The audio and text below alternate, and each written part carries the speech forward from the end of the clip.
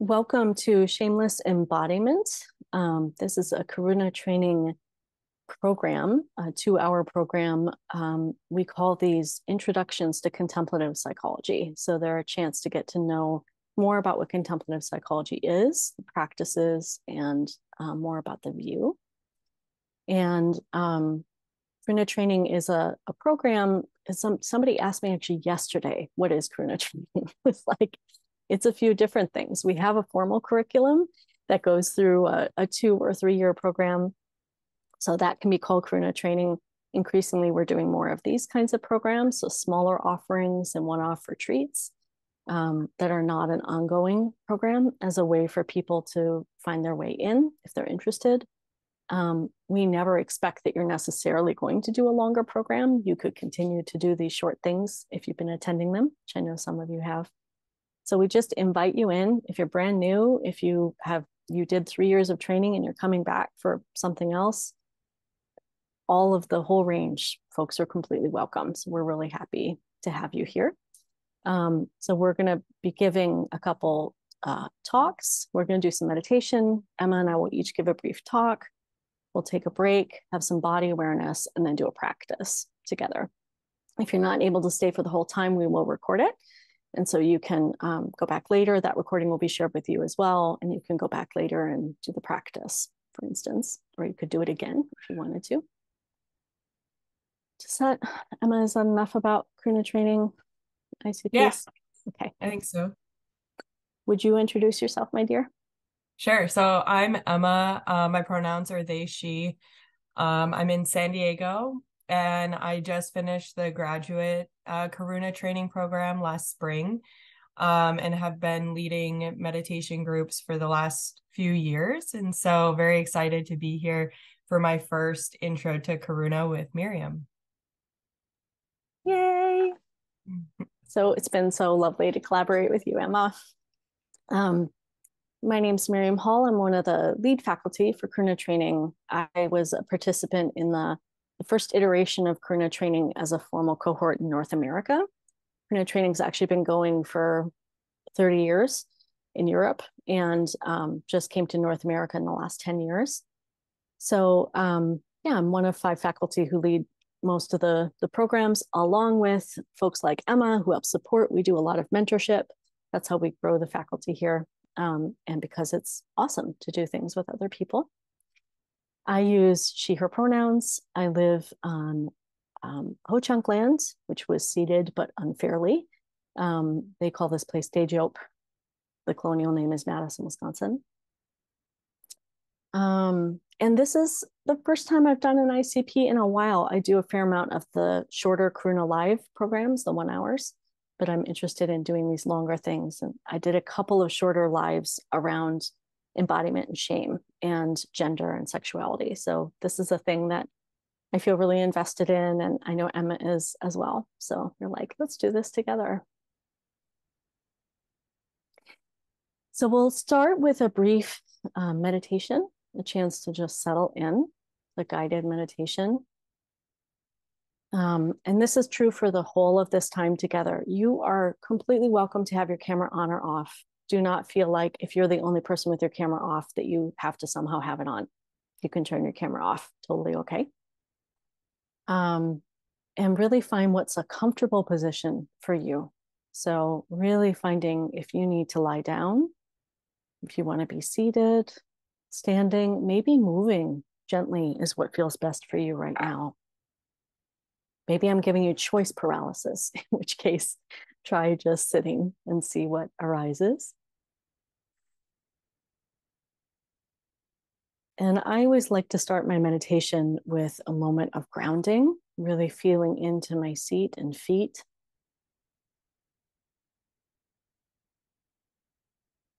Remembering a sense of connection with the earth itself.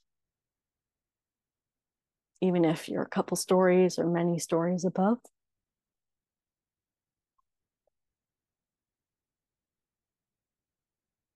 And feeling into the sense of space around us, me. If it's helpful, you can take a gentle look around your space If you just sat down, your nervous system might be a little nervous. Taking a slow look around your space, touching a few objects can help your whole body to feel a bit more settled.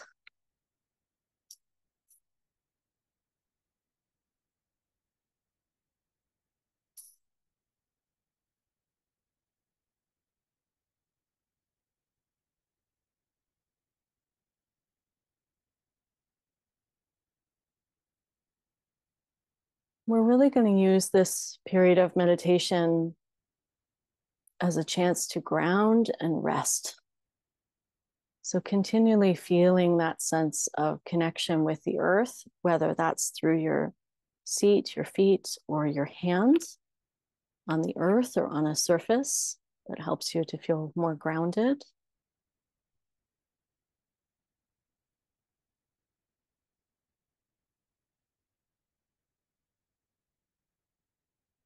And you have chosen to be here for a couple of hours, or maybe even, one person can only be here for an hour of it. You've still chosen to be here for a period of time to be curious about yourself and your experience and each other and practice. So just letting that space in, that you've set aside this space and time. You don't have to do anything other than just be here.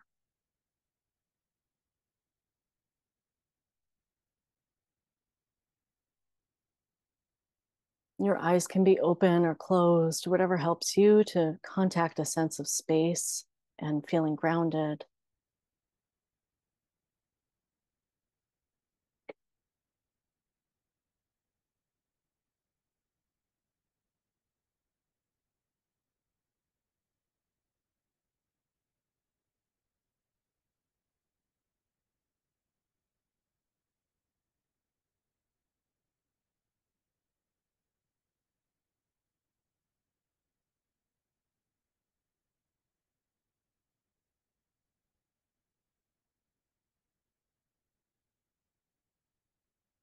And your mind will drift away. You will go to grocery lists and to-dos, having arguments in your head, looking forward to something delightful.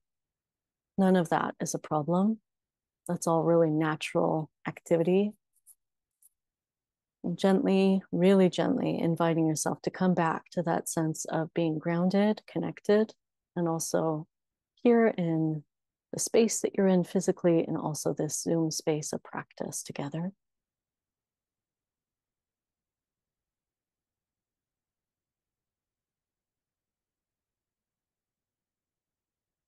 Some of us find it hard to stay in our bodies, and that's okay.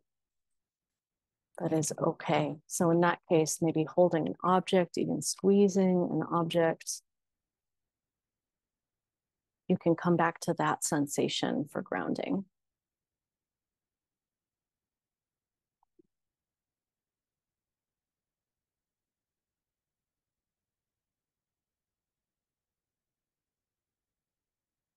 We'll take a few minutes in silence just to practice that, coming back to the sense of grounding and space, both, in whatever way feels most available to you.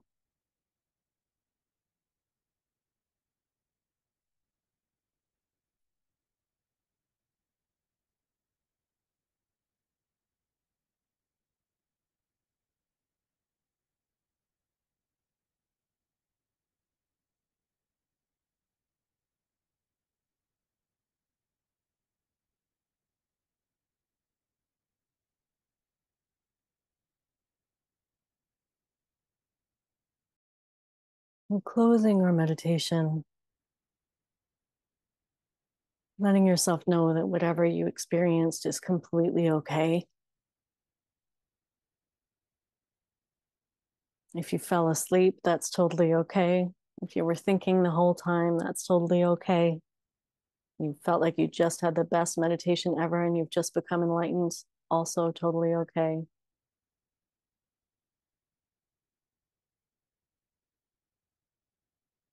And coming back to your environment. If your eyes have been closed, gently opening them.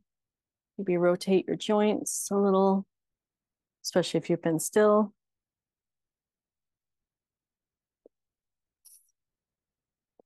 Take a look around your space if you'd like, again, just to reorient.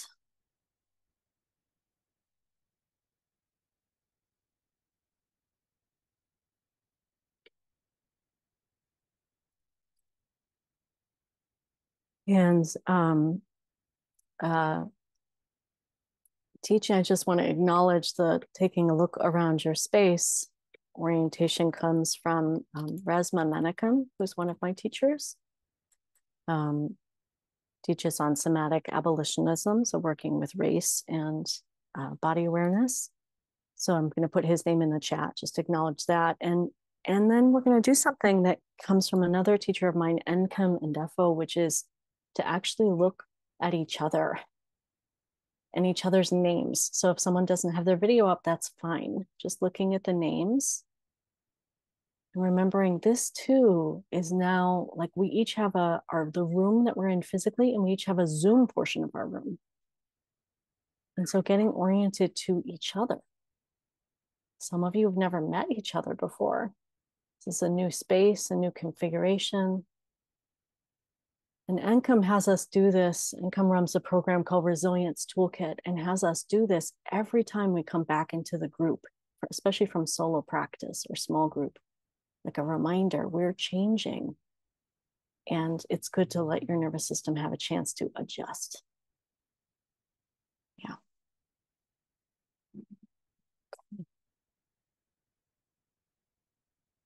So Emma, I'm going to pass it to you, my dear. Thanks, Miriam. Awesome. So I am recovering from COVID. So if I have a coughing fit or need to put myself on mute for a minute, that's what's going on there. So I thought I would just start with kind of introducing myself again and saying a little bit about why I'm here, I guess, and why this course or class or time together is something that I care about and am passionate about. So I'm trans non-binary and I use they, she pronouns. And yeah, I grew up in a culture where there wasn't much representation of folks who weren't cis and straight. And so it took me quite some time to even be able to articulate, kind of how I identify and what my experience is. And not even just articulate, but be comfortable with who I am. And not just be comfortable, but actually like myself. Right. And contemplative practices have been a huge part of that. So yeah, I'm really excited to be here and to be able to learn from Miriam and also share with you guys some of my experience and contemplative meditation practices.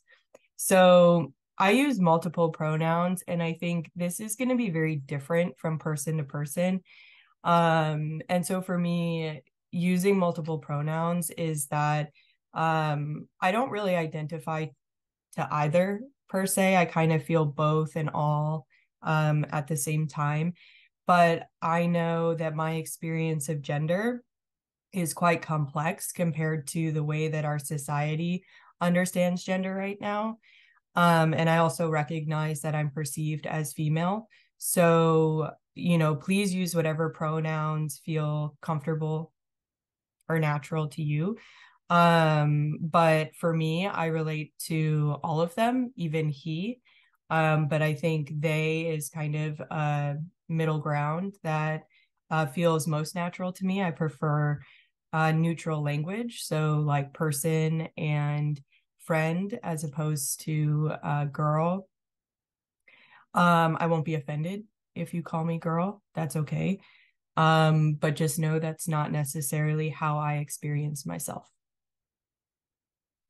So I think, when I first started on my gender journey, my experience was predominantly fear and anxiety and groundlessness. Not being part of the trans binary, right? I don't identify as a trans male.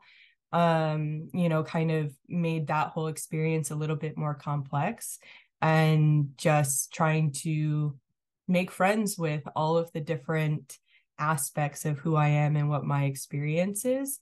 Um, and, when we're going through, or I guess what do I want to say about that? Yeah, so I guess initially it was, there was a lot of fear, there was a lot of uncertainty. Really didn't know where I was going. I kind of didn't, see what the next steps were.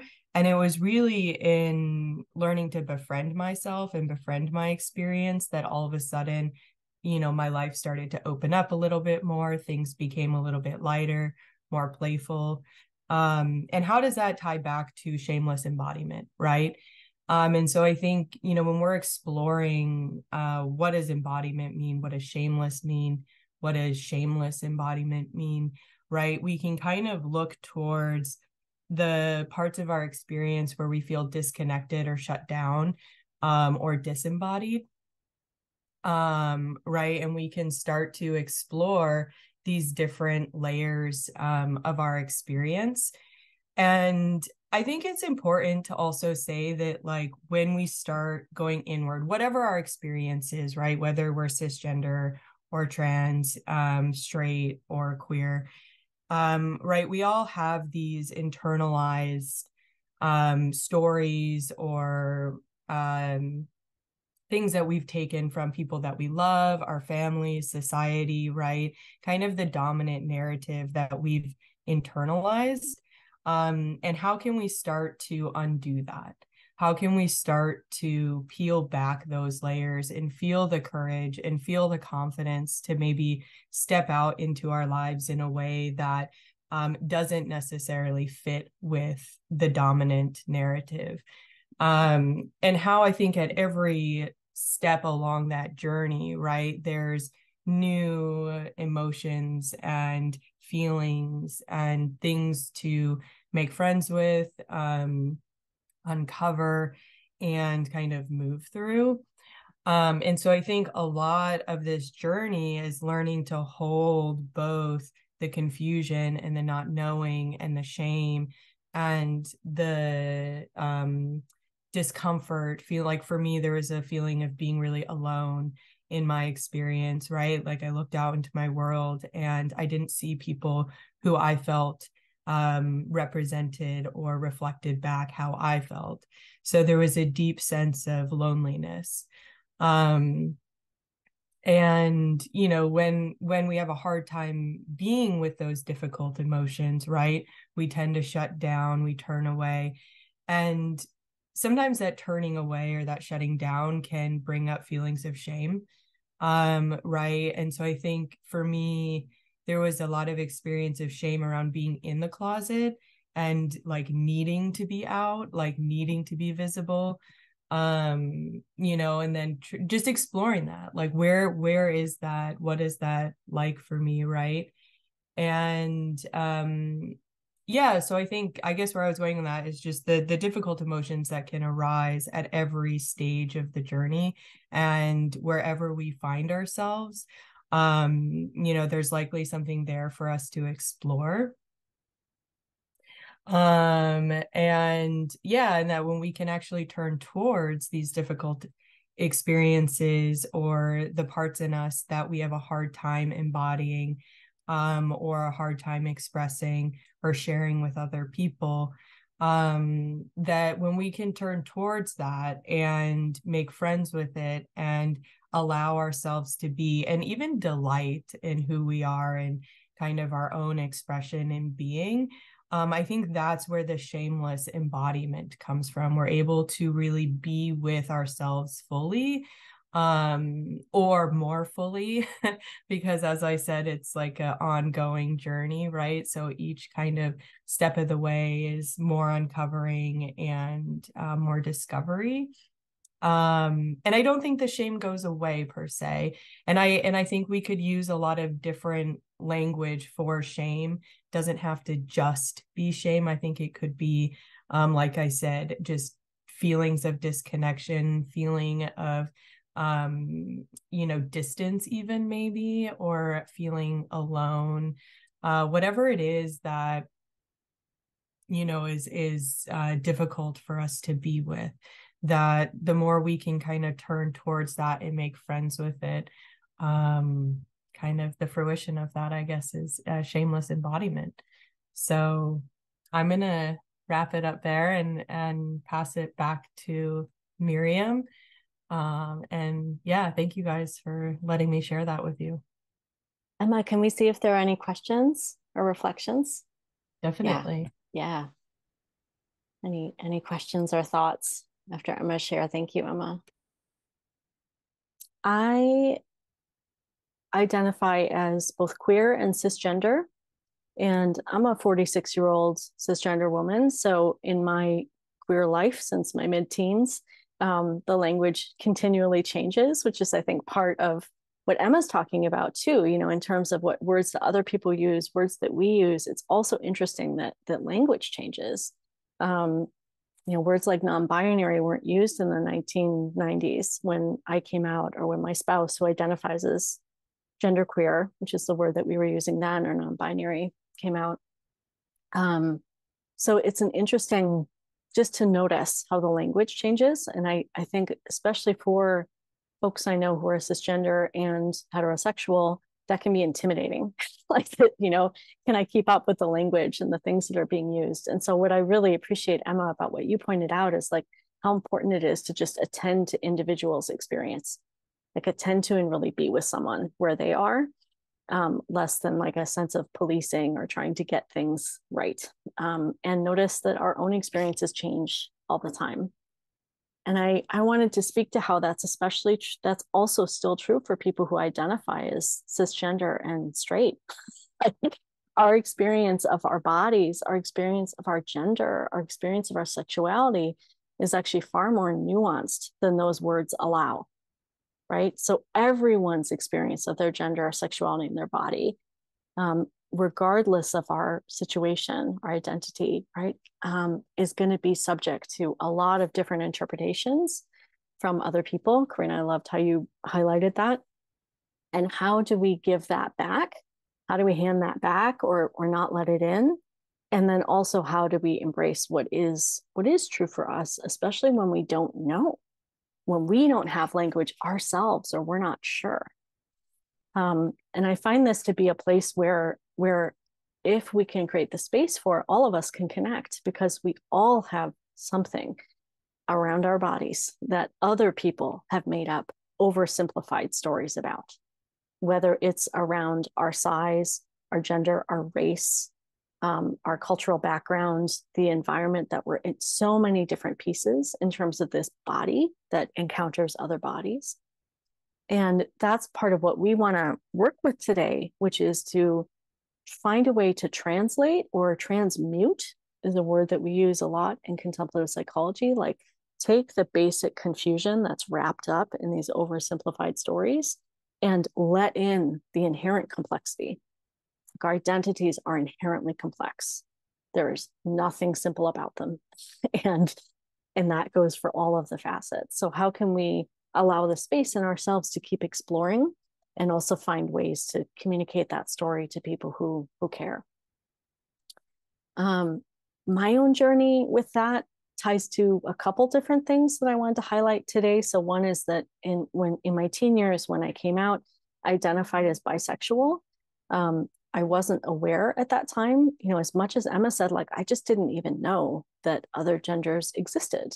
I was in white, Midwestern, middle-class environment. So in modern times, so I didn't know that other cultures had other genders. I didn't know that people had expressed other things, even in my own culture. And then increasingly over the last 20 some years, both with my spouse's journey of going through 3 genders while we've been married, and also through so many friendships and connections and allyship, I've really seen the complexity, right? The inherent complexity in us finding more language across all cultures to name a complexity that was already there. And one of the interesting pieces that my spouse's gender journey has played is made me look at my own sexuality, right? So this is something that comes up for people who are partners or spouses, or even just close friends and family with people who are transgender or genderqueer or non-binary, somewhere in that spectrum. It's like, what does it mean if my spouse is identifying as male? What does it mean if my spouse is identifying as female? And now, as my spouse is identifying as non-binary, genderqueer, using they, them pronouns, what does that mean about me, my sexuality? For me, I know that my sexuality hasn't changed, right? So queer is the word that I've come to use because it feels like a more umbrella term that can encompass all of the ways that us in our monogamous relationship have interacted. And also my sexuality beyond my marriage. So even though we're monogamous, I have a sexuality just beyond just the relative relationship. But also then just a bigger sense of understanding what it means to be cisgender, which is a huge gift that comes from being partnered to and friends with and allies with so many folks who don't identify as cisgender, so don't identify as the gender they were assigned at birth. That I get a lot of constriction and restriction put on me. Not as much restriction, I want to say, and constriction as folks who don't identify as cisgender, but I also feel a lot of a sense of this is what it is to be a woman. This is what it is to be bisexual. This is what it is to be, right, fill in the blanks. Like these are all the stories that are handed to me. And in addition, while Emma and I were preparing, I was realizing, I also, part of my sexuality and my gender has also always been tied to my body and my weight, that I have always been overweight, right? I've always, whether I identify that way or not, that's how people have always, mainly doctors in the medical system, have always identified my body as overweight. And that has affected also my comfort in, do I feel feminine enough? Am I cute enough? I remember saying early on in my marriage to my spouse that I was cute but not sexy. Like I had to write a story that like that's what I could be. I couldn't be beautiful, right? Yeah, thanks. And I'm feeling it too. I'm like, oof, ouch. Like there was a limitation on how I could compliment myself or be complimented or receive those things because of the shape of my body. And I just didn't, looking in media and even looking at my relationships with other people, I didn't see other kind of fat bodies being together, certainly not in the media. And if they were, it was more of a comic representation, like Roseanne or something, right? Sort of there's something always to mock there rather than something to celebrate. And that's something that's changed a lot with kind of exploring ability and access and health at every size over the last 20 years. And even when things change, the external societal story changes. One of the things that doesn't always happen for us is that our internal story also changes and grows.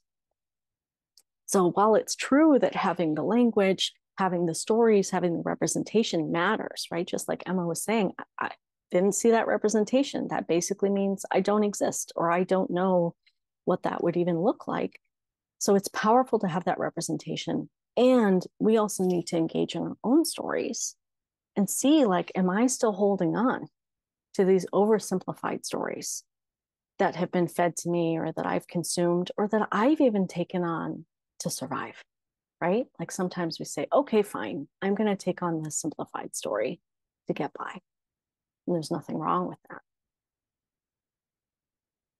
So what we want to do today together is really tap into our inherent complexity, like the inherent complexity of human beings as is, our identities, and how that shows up in our relationship to our bodies, sexuality, gender, all of those pieces. And in Karuna training, in contemplative psychology, we call that intrinsic health, basic sanity. So that's like going back to what's inherent, and it's true, it's complex, it's real, is actually touching back into a fundamental sanity even though sometimes being our true complexity in a world that wants to box us in actually feels crazy making, right? It's actually more sane. It's inherently sane to be real and authentic and complex, and to be in situations where we can be that way. And that there's a healthiness in that complexity. There's a richness, there's an abundance in that complexity that is not true in the paucity of the simplified stories that other people tell about us and that we sometimes tell about ourselves.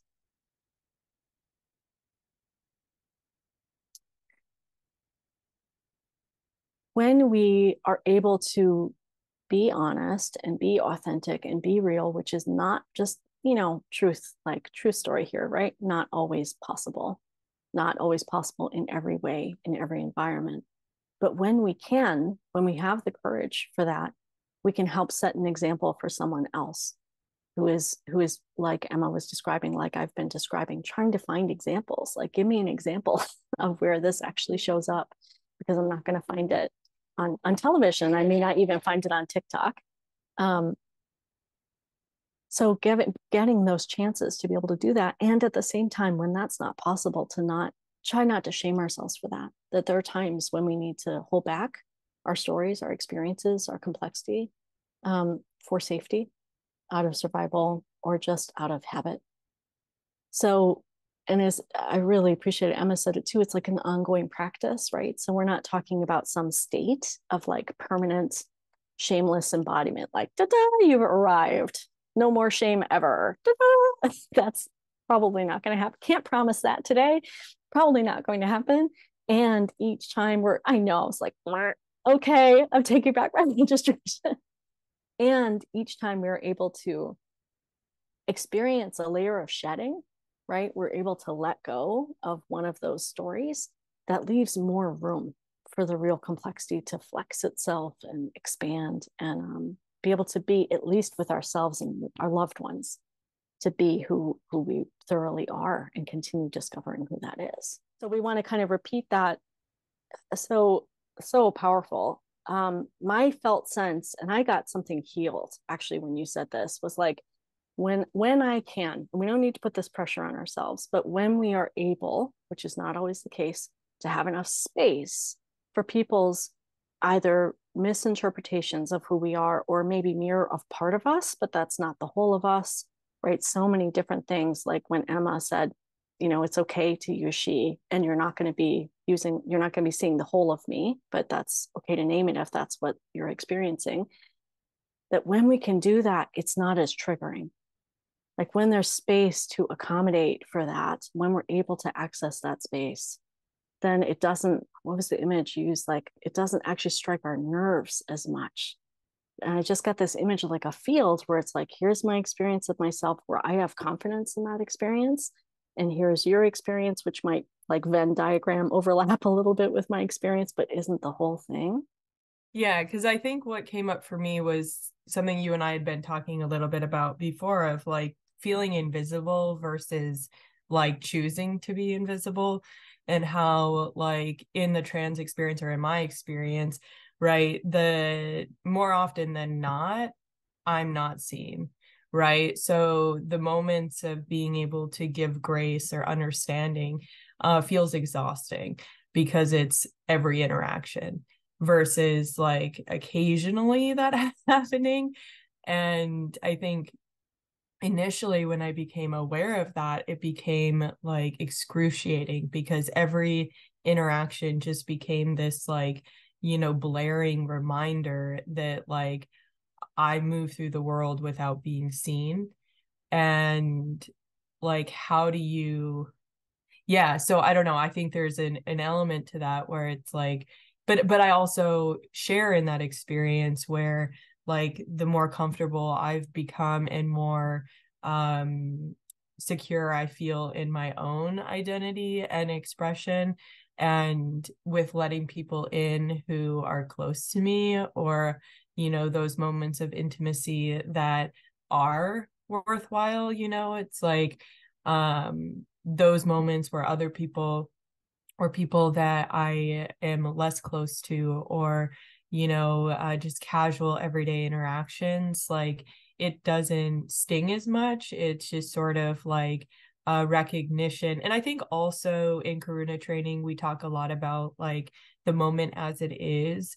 And I know like I'm perceived as female, right? So there's this inherent like I have not taken hormones, right? I have not gone through like a medical transition. And so like I know that especially people who have known me or anyone who just perceives me as cisgender. Maybe not. I don't know. I'm not in their brains, but this is my experience, right? I guess I get she, heard, and referred to as a woman.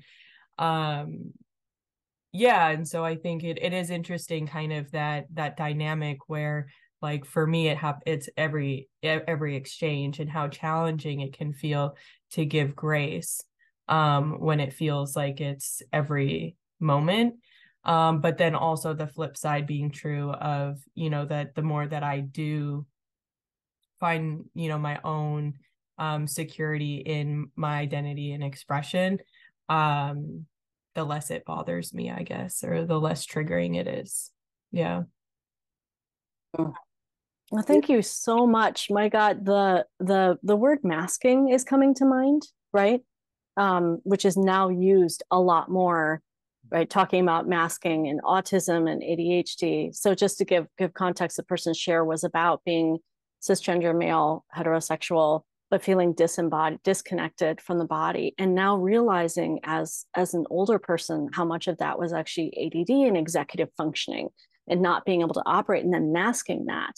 Mm-hmm. And how another intersection that we didn't explicitly name, but is absolutely a part of this, absolutely has to do with access and ability, and has to do with how the world sees us based on our exterior behavior. And I'm starting to tear up because this is huge, right? This is another way in which the world tells a story that you are then trying to adapt, doing your best to adapt to fit the story that the world was telling, that you wanted it to tell about you, right? And avoid the negative consequences, the other stories that they might tell, like you're always late for work, or you're not as productive, or I don't want to get into triggering stories, right? But it's like, how can we adapt the story that's being told in order to fit in, and in order to pass, basically to mask. Thank you so much for naming that. And I could really feel how that also is tied to embodiment for sure. Absolutely. Including the brain science that now tells us this is actually to what my spouse has actually been going through, ADHD and autism diagnosis, and realizing in their 40s that they have this, and like, oh, this is normal considering the brain I have, right? And so that's something Emma and I actually talked about, is the difference between normal and standard, right? All of these words that we use, like what's normal, because somebody also mentioned in the chat, like, yeah, I just got diagnosed as an adult a few months ago, and executive functioning is part of that with ADHD.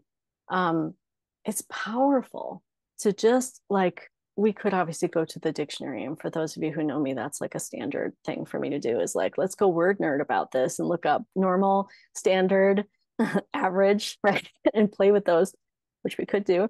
But I think it's really important to be curious about those, right? We even talk about like heteronormativity and sort of normalizing and standard behavior. But one of the things that Emma said that I really loved in our preparatory conversations was like a false standard, right? So there's a standard, but it's actually false. It's not really a standard, but it's what we put up there or what's upheld. And then we even will we'll adapt to other false standards. Emma, would you say something about the false standard within the false standard? Because that was such a great expression of it. Do you remember what I'm talking about? Well, I don't know if I remember exactly how that conversation went, but I relate to a lot of what has been shared, and also have ADHD and, work in a job where I feel like I'm constantly trying to pretend that I'm normal and like, and how I just feel exhausted by that all the time. But yeah, I think that there is in different contexts, in different, whether it's gender and sexuality or like neurodivergent, quote unquote, normal. Right. I think the dominant narrative sets this like precedent that this one expression is the default norm that everybody should kind of be. And if you fall somewhere outside of that, somehow you're not normal, or you're not, or you're different, or you're other, or whatever. And how, like, I feel like, there's a unconscious, like, subtle striving to be that, because one, I think there's like safety there, right? It's sort of like, for me, like, if I hide my whatever experience in any, you know facet, like, it feels a little bit like, oh, I can just, kind of get by, I can, make this happen, I can be successful, I can, achieve what I'm trying to achieve without raising suspicion, or like being questioned, or having to justify myself or explain myself, or but I think, yeah, I guess just like that this idea of the norm, or whatever the, like, thing is that we're trying to be, or I don't even know if we're all trying to be that, but just like that society tells us we should be, or whatever. It's just kind of a constructed, I mean, it's socially constructed, right, based on patriarchy and heteronormativity, and just sort of like the white male, straight, cisgender kind of archetype that is the most, like, quote unquote human, right? And even just looking at like politics and stuff like that, that the further you move away from that, right, your like rights are then up for debate.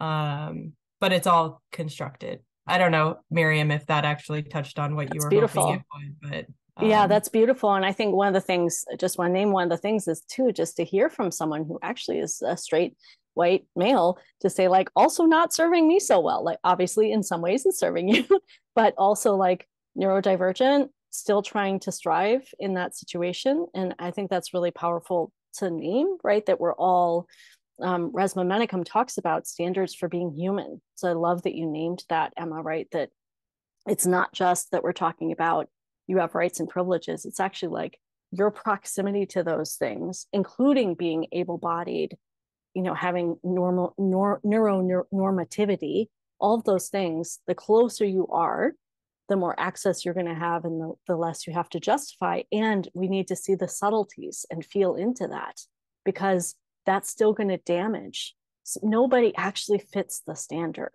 is the thing. Nobody actually does. And it's false, it's fake. And then when we try to adapt, so for me, I was thinking too, how when I came out as bisexual, I was then given a story or a script about what it means to be bisexual. And then I tried to adapt to that. And that didn't work so well, because guess what? That's not true either.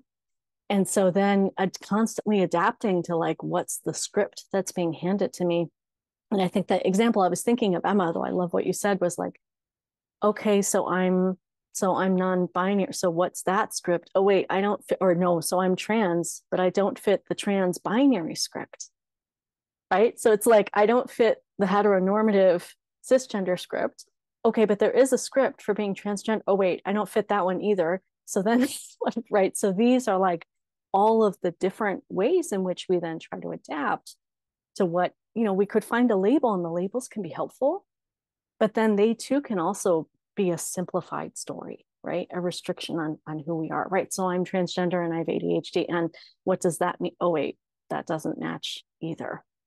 And so just allowing enough room for those things to help us understand things about ourselves and get some nuance, but also not limit our understanding of ourselves, right? Because then if we try to get into this other, not even other people's conceptions, but some abstract idea of what that means, we're still dealing with a really limited sense of self. And it also feels like we're trying to fit ourselves into something versus allowing who we are to emerge. And I think that's like the embodiment piece, right? Where like if we're like holding some idea of what it means to be X, Y, and Z, like, and then we're trying to fit ourselves into that, right? Like, I feel like for me, every time I've tried that, I end up contorted and uncomfortable and, struggling in some degree versus like dropping that and just allowing myself to come forward. Right. Emergence, embodiment. I love that. I think we could save that. Like that's such a beautiful. So I'm just going to name the question for the recording, or just name the not even a question. It's like just an opening, which is when it might be easier, for instance, to shamelessly embody gender at work than ADHD at work. Like when it might be easier to shamelessly embody. Let's just open in a more general sense, right? For everybody, is like to embody some part of ourselves, our race, our gender, our sexuality, then it would be another facet. Or maybe in some instance, wouldn't it as instance exist where the ADHD would be more shameless to embody than gender, right? So the relativity of all these pieces and the circumstances that we're in, woo, just like so juicy and actually really ties to the practice, I think, that we're about to do. All right. So we're going to do just a short 5-minute body awareness practice to just help us kind of come into our bodies before we go into a little writing experiential. So we're going to just explore expansion and contraction and what that feels like for us. So feel free to do this standing, sitting, laying down. You can take whatever posture feels good for you, and you can even change it, explore it, kind of do whatever. So, we're going to alternate. So take a moment to just feel into a sense of expansion and maybe like spread your fingers out wide, maybe even put your arms out wide, right? Make your physical being feel quite large. Or maybe you just feel a sense of expansion internally, right? Kind of notice. But yeah, just take a moment to feel that expansion. And then we're going to go contraction, maybe, and bring your arms in tight, maybe clench your muscles, bring your body in small, maybe crunch the muscles in your face and hunch down. And just feel what that sense of contraction feels like. You can notice it physically and in your mind. And if there's different emotions or internal experiences that arise. And then we're going to go back to expansion. Again, spreading our arms out. Again, if you're laying down or sitting, feel free to change your position. Or if you're standing, you might feel like you want to lay down. And then we're going to go ahead back into contraction. So bringing yourself back in. Tightening muscles. Maybe clenching. However you experience contraction. Maybe you move towards the floor in a fetal position. Maybe your legs are crossed. And when you're ready, we're just going to come back to a sense of equilibrium, maybe releasing that contraction, feeling a little bit of expansion and contraction at the same time. Feeling our bodies and the ground below us. And to take a moment to ground back into the group. And I'm going to pass it over to Miriam for the other experiential. Yay. Thank you. Well, I appreciate it, especially Emma, you ending us in this kind of in between space of like probably still some contraction and some expansion, which is more often where I am, is like a little bit of both, right? Not one's not better than the other. They're just different and often mixed. Yeah, great. So we're gonna have an experiential, which will be relatively short, but if you don't, we didn't ask you to get writing or drawing materials before you came.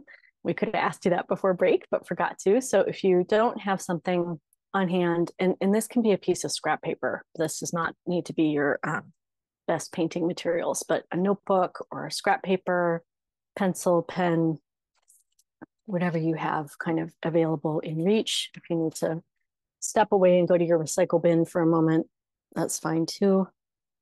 And in case the idea of writing or drawing feels intimidating to you, we're just going to do short spurts.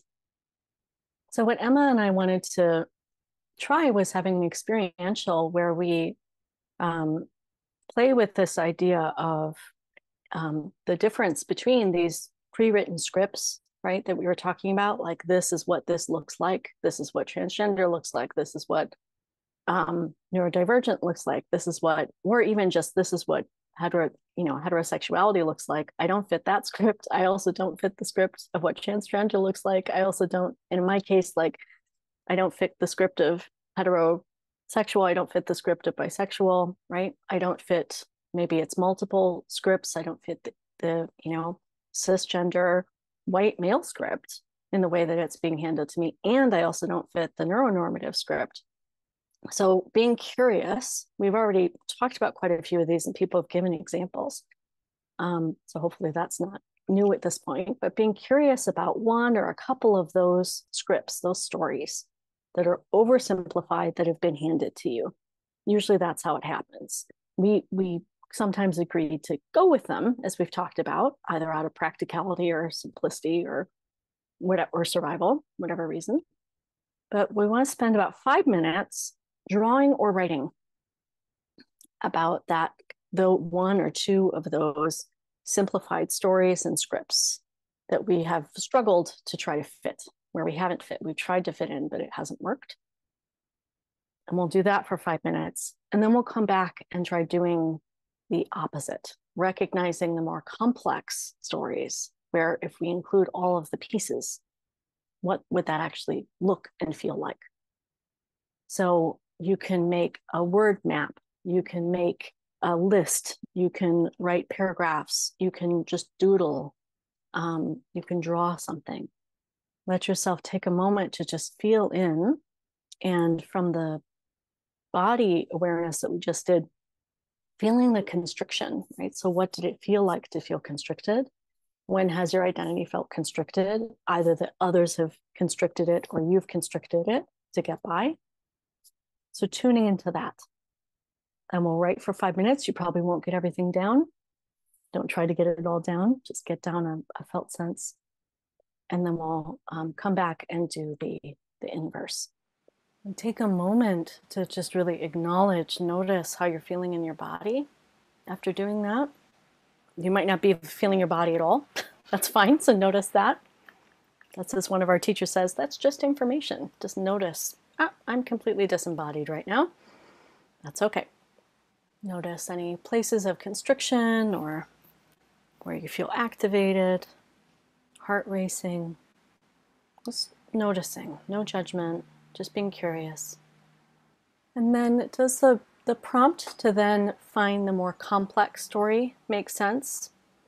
Like take that simplified story and write out or draw out what feels more the complicated, complex version. So again, if you're writing about what was constricted, what you couldn't fit into, what are the pieces that couldn't fit in? And how does it help to be able to name all of those things? Name the things that don't fit the simplified story. Finding a closing for now. For now. Our stories are never finished. They're still emerging, so that's okay. And taking a moment to notice, how are you feeling in your body? Are you feeling your body? Again, no good thing, no bad thing, just noticing.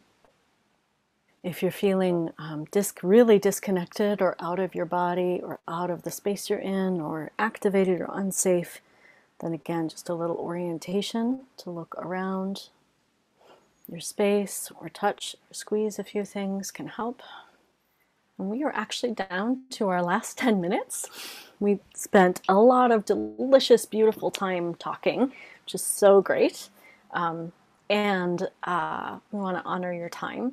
Just really want to celebrate what came up, right? And the importance of, as we've been talking about, like the shedding of shame, the coming into embodiment, the accepting of ourselves and our full complexity doesn't happen all at once, one and done, right? It's an ongoing process, and so important to celebrate as we go along. Like celebrate feeling a moment of clear sailing, of feeling how coming into yourself more, having deviated from the norm, of the overlap between awareness and acceptance, this fitting in, not being the same as belonging, not either or, but all the bits in between and all around.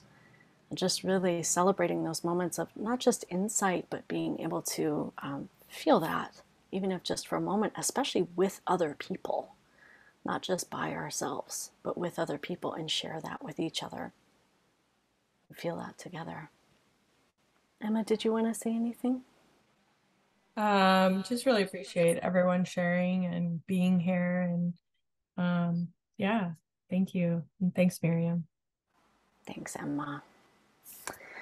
Oh, super brave. So I just want to name, like, after doing something like this, like, you may feel somewhat more open than you have, or you do normally, or you have recently. Maybe to you this is like, oh, I'm open like this all the time, so no problem, especially with strangers.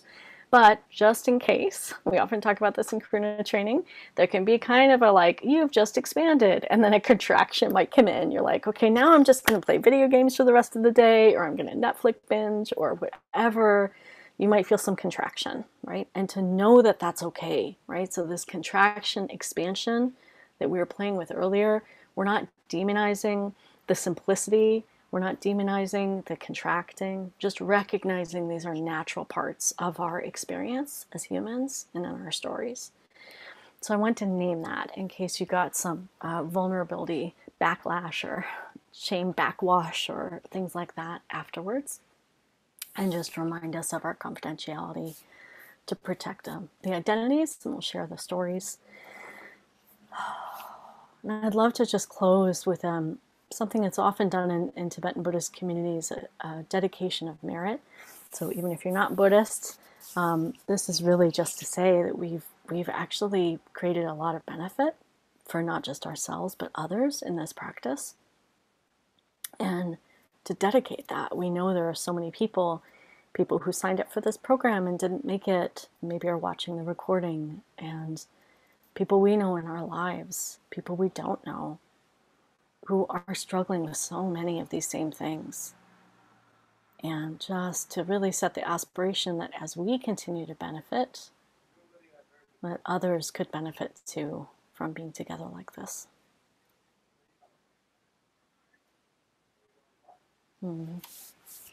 Thank you so much.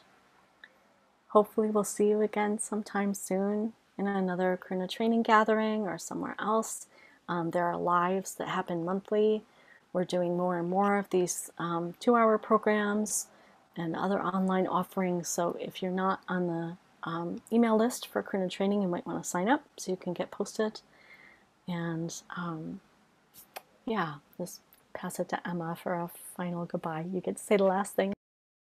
Well, thank you guys. Really appreciate you being here. And like I just kind of said, showing up and sharing yourselves and going through the expansion and contraction. And that's, appreciate it.